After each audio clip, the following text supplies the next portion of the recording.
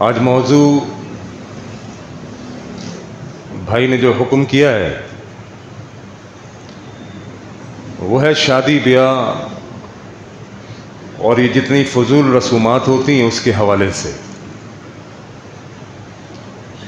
ویسے تو اس موضوع کے اوپر میرے بہت سارے دروس موجود ہیں، بلکہ میں سمجھتا ہوں کہ یہ میرے انتہائی پسندیدہ موضوعات میں سے ایک موضوع ہے، اور اس موضوع پر جو گفتگو میں رکھتا ہوں وہ عمومی طور پر ہمارے معاشرے کے اندر رائج ہوتی ہوئی نظر نہیں آتی، کیونکہ شادی بیاہ کا موقع ہو، خوشی کا موقع ہو، اس موقع پہ کیا اہل حدیث، کیا دیوبندی، کیا حاجی، کیا نمازی، سب ایک جیسے ہیں۔ کیونکہ اصل میں شادی کو ہم دین نہیں سمجھتے، شاید اس کو ہم ایک رسم سمجھتے ہیں۔ اگر شادی کو، نکاح کو دین سمجھا ہوتا تو پھر جو صورتحال آج ہماری شادیوں میں بنی ہوئی ہے وہ نہیں ہوتی۔ النکاح من سنتی فمن رغب عن سنتی فلیس منی۔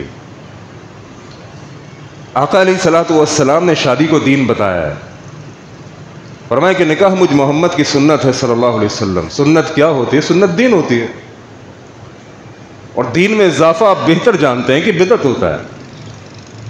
کل بدعۃ ضلالہ وکل ضلالۃ فی النار۔ شادی کو ہم نے دین سمجھنا چھوڑ دیا، یہی وجہ ہے کہ ہمارے معاشرے کے اندر تمام ہندوانہ رسومات، ان کی ثقافت، ان کا کلچر ہمارے معاشرے میں عام ہو گیا۔ بھائی شادی کوئی رسم نہیں ہے، یہ دین ہے، بلکہ اللہ کے نبی علیہ الصلوۃ والسلام نے تو یہاں تک فرمایا کہ ایمان کو مکمل کرنے کے لیے شادی ضروری ہے۔ یعنی آپ کا ایمان کامل ہو جائے گا، آپ کا ایمان مکمل ہو جائے گا جب آپ نکاح کے پاک بندھن میں بن جائیں گے۔ کیونکہ جب تک انسان شادی نہیں کرتا، نکاح کے پاک بندھن میں نہیں بنتا، اس وقت تک وہ غلط کاریوں کا شکار ہوتا ہے، وہ بے راہ روی کا شکار ہوتا ہے۔ کیونکہ دو چیزیں ایسی ہیں جنہیں اللہ رب العالمین نے انسان کے اندر لازمی طور پہ ڈالا ہے، ہر کسی کے اندر موجود ہے۔ شہوت یہ ہر کسی کے اندر موجود ہے۔ بندہ بلوغت کی عمر کو پہنچتا ہے، لڑکا ہو یا لڑکی، اس کے اندر خواہشات پیدا ہوتی ہے۔ اب ان خواہشات کو درست سمت میں استعمال کرتا ہے یا غلط، یہ اس انسان کے اوپر ہے۔ اور جو لوگ دیر سے نکاح کرتے ہیں، دیر سے شادی کرتے ہیں، وہ یقینی طور پر گمراہ ہوتے ہیں، وہ غلط راہوں کا شکار ہوتے ہیں، کیونکہ اللہ رب العالمین نے فطرت کے اندر شامل کیا ہوا ہے۔ یہ فطری عمل ہے، یہ خواہشات کا انسان کے اندر موجود ہونا یہ فطری عمل ہے۔ اب انسان کو بھوک لگی ہے، بھوک کے وقت اس کو کھانا نہیں ملے گا تو وہ چھین کے کھائے گا۔ نوجوان بڑا ہو گیا، لڑکا بڑی ہو گئی، عمر کو پہنچ گیا، لڑکی بڑی ہو گئی، عمر کو پہنچ گئی، لیکن ماں باپ کو شادی کی فکر ہی کوئی نہیں۔ یعنی ہمارے نزدیک یہ معاملہ یہ ہے کہ ہم سمجھتے ہیں کہ میری جو اولاد ہے وہ معصوم ہے، میرے بچے کو ابھی کچھ معلوم ہی کوئی نہیں۔ ایسا نہیں ہے، یہ فطرت میں شامل ہے۔ جب آپ فطرت کے خلاف جائیں گے، شریعت کے احکامات کے خلاف جائیں گے، پھر یہ رونا چھوڑ دیجئے کہ معاشرہ برباد ہو گیا، پھر ہوگا معاشرہ برباد۔ میرے نبی علیہ الصلوۃ والسلام نے تمام نوجوانوں کو خبردار کیا، اپیل کی، یا معشر الشباب، اے نوجوانوں کی جماعت، تم میں جو اس بات کی استطاعت رکھتا ہے کہ نکاح کر لے فلیتزوج، اسے چاہیے کہ فوراً نکاح کر لے، دیر نہ کرے نکاح کرنے میں، تاخیر نہ کرے۔ باپ یہ نہ سوچے کہ ابھی تو یہ بڑا ہوگا، ڈاکٹر بنے گا، انجینئر بنے گا، موٹر سائیکل ہوگی، گاڑی ہوگی، بنگلہ ہوگا، نوکر چاکر ہوں گے، تب کر دیں گے، شادی میں کہاں جانا ہے۔ من استطاع منکم الباء فلیتزوج، جو اس بات پر قدرت رکھتا ہو کہ وہ نکاح کر لے، نبی علیہ الصلوۃ والسلام نے فرمایا اسے فوری نکاح کر لینا چاہیے۔ کیوں؟ فَإِنَّهُ أَغَضُّ لِلْبَصَرِ وَأَحْسَنُ لِلْفَرْجِ، کیونکہ اس کا فوری نکاح کر لینا اس کی نگاہوں کی اور اس کی شرمگاہ کی پاکیزگی کا ضامن ہے۔ فوری نکاح نہیں کرو گے، نکاح کو دیر سے کرو گے، نکاح کو تاخیر سے کرو گے، نتیجہ کیا ہوگا؟ نظریں بھی بھٹکیں گی اور پھر غلط کاریوں کے اندر یہ نوجوان پڑھتا چلا جائے گا، اور یہ بوڑھا باپ جو حاجی بھی ہے نمازی بھی ہے، یہ سارا وبال اس کے اوپر آئے گا، کیونکہ اصل میں باپ سمجھتا ہے کہ رزاق میں ہوں، کہتا ہے کہ جناب میں ہی اس کو کھلاتا ہوں، میں ہی اس کو پلاتا ہوں، ابھی تو یہ 18-20 سال کا نوجوان ہے، اگر اس کی شادی کر دی، اس کی بیوی آ جائے گی، اسے بھی مجھے کھلانا پڑے گا، پھر ان کی نسل چلے گی، ان کے بچے ہوں گے، اسے بھی مجھے کھلانا پڑے گا، لہذا ابھی کوئی شادی نہیں، اپنے پیروں پر کھڑے ہو، اس کو نظر ہی کوئی نہیں آتا، یہ تو سالوں سے اپنے پیروں پر کھڑا ہے، کہتا ہے اپنے پیروں پر کھڑے ہو۔ او بھائی، یہ تیرے پیروں پر تھوڑی، کسی اور کے پیروں پر نہیں، اپنے ہی پیروں پر کھڑا ہے، اس کا نکاح کر دو وقت کے اوپر، وگرنہ یہ جتنے وبال کے اندر، جتنے گناہوں کے اندر شامل ہوگا، یہ بوڑھا بیچارہ بابا اس کی تمام کے تمام گناہوں میں خود بخود شریک ہوگا۔ رازق آپ نہیں ہے، رازق اللہ رب العالمین ہے۔ یہ بچہ جب ماں کے پیٹ میں تھا، اللہ کی قسم اس وقت بھی رب اس کو رزق دے رہا تھا، یہ ماں کے پیٹ سے باہر آیا، ماں کی چھاتی کے اندر اللہ رب العالمین نے اس کی روزی رزق کا انتظام کر دیا، آج یہ بڑا ہو گیا، تم شادی کر دو، اللہ رب العالمین اس کا کشادہ رزق عطا کرے گا۔ یکون فقراء، رب نے قرآن میں فرمایا کہ اپنے نوجوانوں کے نکاح کرو اگر یہ فقیر ہوں گے، یہ نوجوان اگر غریب ہوں گے، رب رحمان اپنے فضل سے ان کو غنی کر دے گا۔ یہ رب کا قانون ہے، رب کا قرآن ہے، اللہ کے قرآن پہ بھروسہ کر کے، رب کو رزاق سمجھ کے کہ اللہ رب العالمین ہے جو روزی دینے والا ہے، میرے میں کوئی طاقت نہیں، میرے میں تو اتنی طاقت نہیں میں خود بھی کھا سکوں، میرے میں اتنی طاقت نہیں کہ میں خود کما سکوں، خود کھا سکوں، جو کچھ مہربانی کر رہا ہے اللہ رب العالمین کر رہا ہے، اس کی شادی کر دوں گا، اس کی بیوی آئے گی، رب ہو سکتا ہے میرے رزق میں برکت دے دے یا اس کے۔ یہ نہ سوچو، اس فلسفے میں نہ پڑھو کہ وہ آئے گی تو مزید 2 روٹی کھائے گی، یقین کرو اپنا نصیب خود لے کر آئے گی۔ لہذا نوجوانوں کے جلدی نکاح کیجئے، پہلا پیغام تو یہ ہے۔ دوسری بات، موضوع شادی بیاہ کی رسومات کے حوالے سے جو باطل رسومات ہے۔ اچھا، میں آپ کے سامنے کیا بیان کروں، آپ کے سب کچھ خود معلوم ہے، عمل نہیں ہے مجھ سمیت ہم میں سے کسی کے اندر۔ آج عمل کی نیت سے بیٹھیں گے انشاءاللہ کہ جو سنیں گے اس کے اوپر عمل کریں گے انشاءاللہ۔ عمل سے ہی زندگیاں بنتی ہیں میرے محترم بھائیوں، عمل سے ہی جنت ملتی ہے۔ سب سے پہلے اس بات کو سمجھ لیجئے، شادی رسم نہیں ہے، یہ دین ہے۔ النکاح من سنتی، میرے نبی علیہ الصلوۃ والسلام نے فرما دیا نکاح سنت ہے۔ پہلی بات، یہ سنت فوری ادا کیجئے، بیٹا ہو یا بیٹی اس کے نکاح میں جلدی کیجئے۔ دوسری بات، نکاح کے اندر فضولیات کے اندر نہ پڑیں، جو اسلامی کلچر نہیں ہے اس کو مت اڈاپٹ کریں۔ نکاح کے اندر کیا چیز ہے یہ میں آپ کو بتا دیتا ہوں، یہ سن لیجئے۔ سب سے پہلی چیز پسندیدگی کا معیار ہوگا۔ لڑکا لڑکی کو پسند کر لے، لڑکی نے لڑکے کو پسند کر لیا۔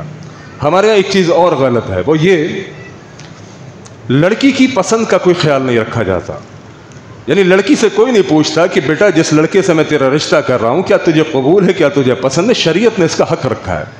آپ اس بچی سے پوچھئے، کہتے ہیں جی مسلم معاشرہ ہے، پاکستان کا کلچر، پاکستان کی ثقافت ہے، ہم بچی کو جہاں کہیں گے وہاں چلی جائے گی۔ آپ اس کا حق مار رہے ہیں، رب نے اس کا حق رکھا ہے کہ اس سے پوچھا جائے۔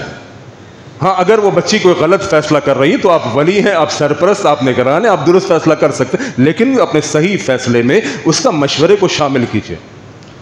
لڑکا لڑکی ایک دوسرے کو دیکھ لیں، یہ انتہائی ضروری ہے۔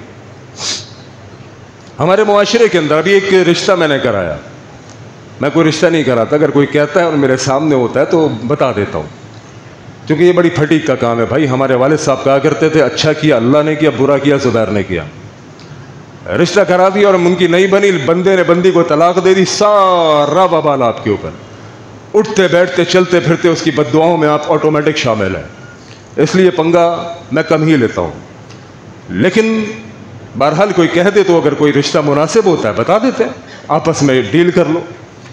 تو ایسا ہی ایک رشتہ کرایا، اب وہ اس رشتے کے اندر ساری باتیں طے ہو گئی، اس کے بعد لڑکی والوں کی اپنی فرمائش ہے, لڑکے والوں کی اپنی فرمائش ہے. یہ اصل میں جو فرمائشیں ہیں نا, یہ فرمائشیں یہ لڑکی کی عمر کو نکال دیتی ہے. اس وقت معاشرے کے اندر جو لڑکی کی عمر نکل رہی ہے اس کے پیچھے فرمائشوں کا ہونا ہے. لڑکی والوں کو کہو تو وہ کہتے ہیں ہماری کوئی ڈیمانڈ نہیں, بس لڑکا کوئی شریف سا ہونا چاہیے. اچھا بھائی, شریف سا لڑکا نکال کے دے دیا, بھائی بتا دیا نمازی ہے, پرہیزگار ہے, مسجد میں آتے جاتے ہم نے اس کو خود دیکھا, اس کے ایمان کی گواہی دے دی. اب جب ساری باتیں ہو گئی اس کے بعد پوچھتے ہیں کہ کماتا کیا ہے. اچھا بھائی یہ کماتا ہے 50,000 روپے. نہیں یہ تو بہت کم آمدن ہے, آج کے دور میں اتنے میں تو نہیں ہو سکتا. لڑکا کم از کم ڈاکٹر تو ہے انجینئر. بھائی آپ کو جب یہ سب کچھ چاہیے تھا پھر آپ کو یہ نہیں بولنا چاہیے تھا کوئی شریف سا آدمی رشتہ بتا دو. جب شریف سا بیچارہ کسی مسجد کا مولوی, کسی مسجد کا امام کا رشتہ پیش کیا تو آپ کو پسند کوئی نہیں آیا. یعنی پسندیدگی کا معیار دین نہیں ہے, پسندیدگی کا معیار روپیہ پیسہ دھن دولت ہے. آج جو رشتے ہو رہے ہیں نا, رشتوں کے اندر یقین کیجئے بہت سارے رشتوں میں طلاق ہو رہی ہے. اس کی وجہ یہ ہے کہ دین بنیاد نہیں تھا. نبی علیہ الصلوۃ والسلام نے فرمایا جب رشتہ کرو, رشتہ کرتے وقت اس کا حسب نسب, اس کا حسن و جمال, یہ سب چیزیں نہیں دیکھو, یہ دیکھنے کی چیزیں نہیں ہے.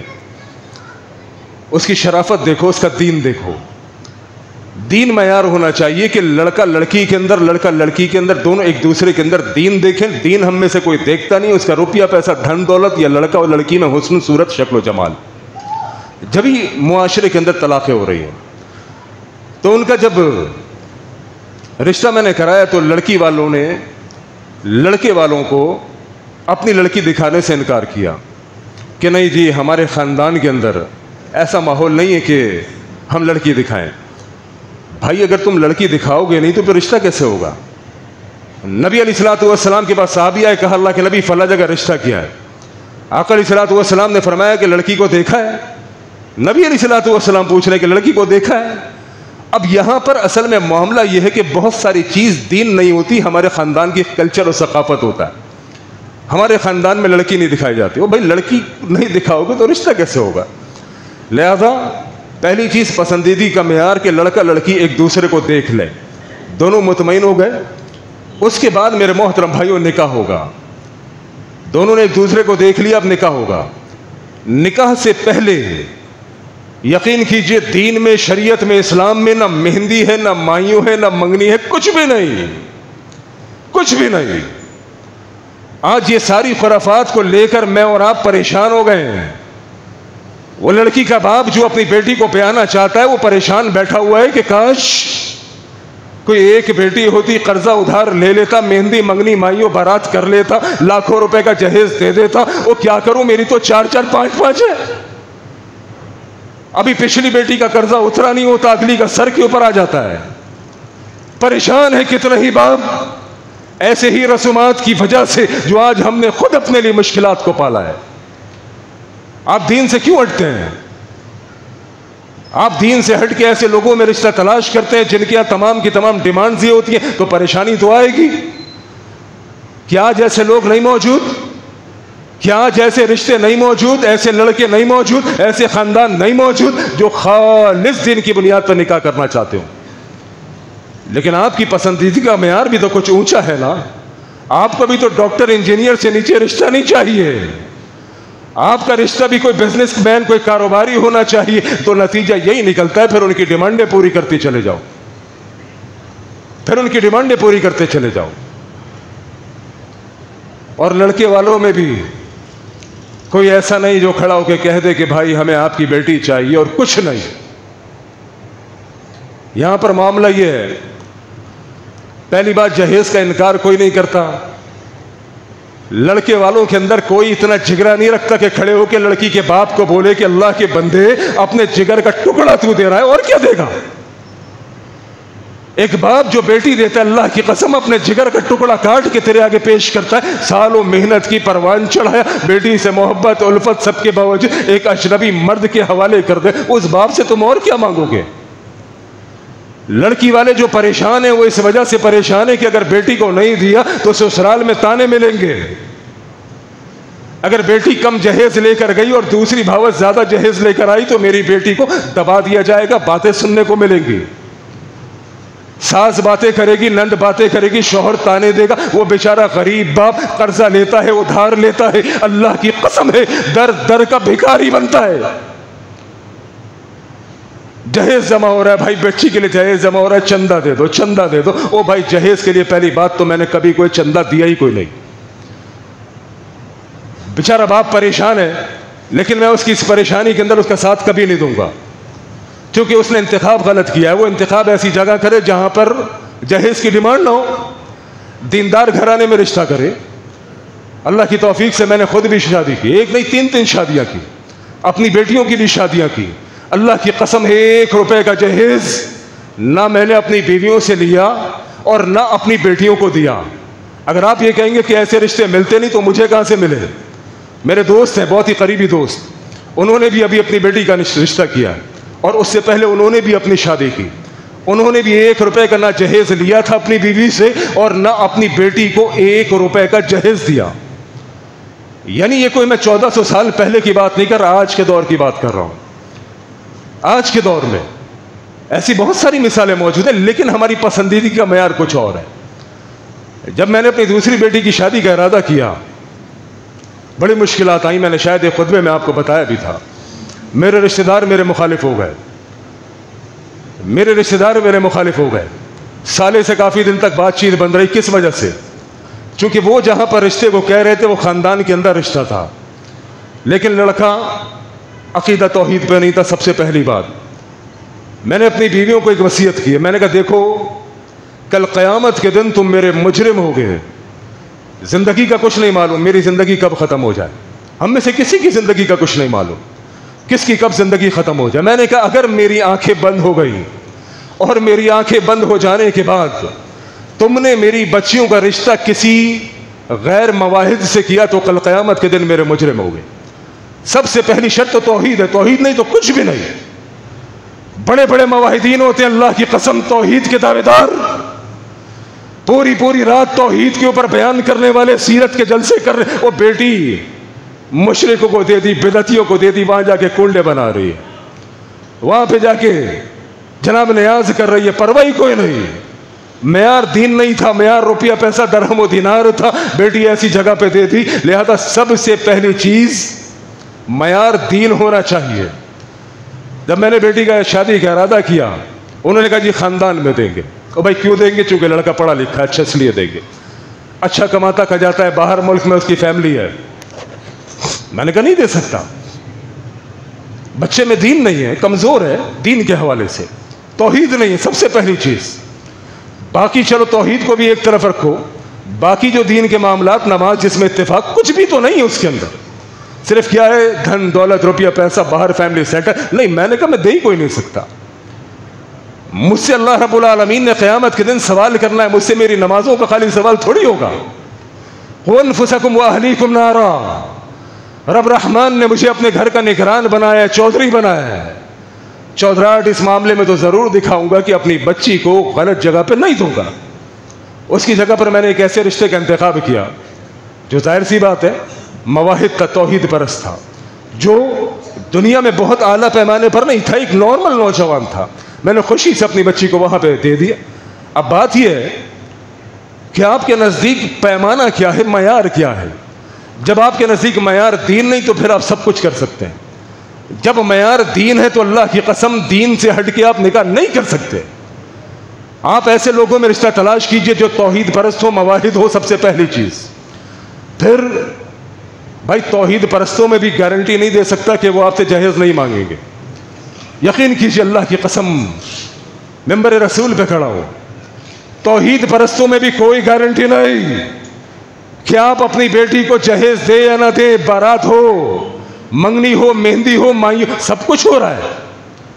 شادی بیاہ کے مسئلے پر وہ کون سا اہل حدیث، وہ کیسا دیوبندی، کیسا بریلوی، او میرے محترم بھائیوں، کیسا حاجی، کیسا نمازی، سب ایک ہو جاتے ہیں۔ کہتے ہیں بھائی شادی ہے، خوشی کا موقع ہے، شادی ہے، خوشی کا موقع ہے، پہلی بیٹی کی شادی ہے، وہ پہلے بیٹی کی بارات ہے، وہ بھائی اس میں سب کچھ ہوگا، منگنی بھی ہوگی، مہندی بھی، مائیوں بھی، خوشی کا موقع ہے، خوشی کا موقع ہے، ڈھول بھی بجے گا،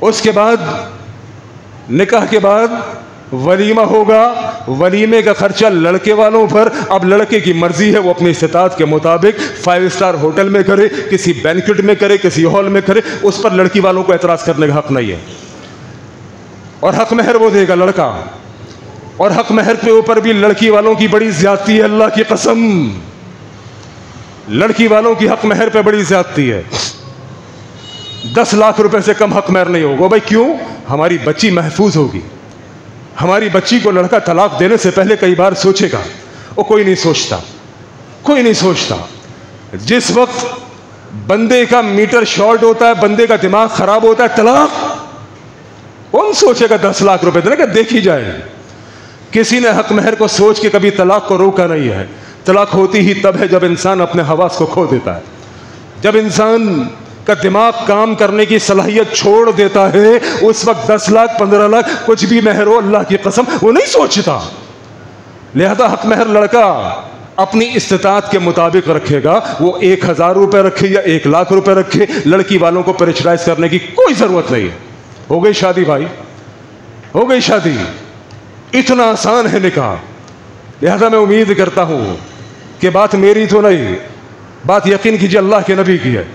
اور ہم نے شروع میں کہا کہ جو بات سنیں گے عمل کی نیت سے سنیں گے, چونکہ عمل سے ہی جنت ملا کرتی ہے. میرے نبی نے ایسے ہی صحابہ کے درمیان کہا کل امتی یدخلون الجنت الا من ابا. میرے صحابہ, میرے سارے لوگ, میرے سارے امتی جنتوں میں داخل ہو جائیں گے مگر جس نے انکار کیا. قیل یا رسول اللہ من ابا. صحابہ نے حیران ہو کے پوچھا اللہ کے نبی وہ کون بد نصیب ہوگا جو جنت میں جانے سے انکار کرے گا؟ قال من اطاعنی دخل الجنہ ومن عصانی فقد ابا. آقا علیہ الصلوۃ والسلام نے فرمایا میرے صحابہ, جو میری بات سننے کے بعد میری بات پر عمل کر لے گا وہ جنت میں چلا جائے گا, اور جس نے میری بات آ جانے کے بعد اپنے نفس کی مانی, دل کی مانی, فقد ابا, یہی وہ بد نصیب ہے جس نے جنت جانے سے انکار کیا. مختصر بات, شادی میں لڑکی والوں پر کوئی خرچہ نہیں. مختصر بات, نکاح ہوگا مسجد میں کریں, گھر میں کریں, سادگی سے کریں, وہیں سے بچی کو رخصت کریں, کوئی جہیز نہیں. لڑکا ولیمہ کرے گا اور حق مہر ادا کرے گا. یہ پوری شادی ہے, اس میں ناچ گانا کچھ بھی نہیں ہونا چاہیے. اللہ کو ناراض کرنے والے کوئی کام نہیں ہونے چاہیے. انشاءاللہ. کیا خیال ہے بھائی, اسی طرح شادی کریں گے نا انشاءاللہ؟ اللہ اکبر. اللہ آپ کی انشاءاللہ کو اپنی بارگاہ میں قبول فرمائے. اللہ کہنے سننے سے زیادہ ہم سب کو عمل کی توفیق عطا فرمائے. وآخر دعوانا ان الحمد للہ رب العالمین.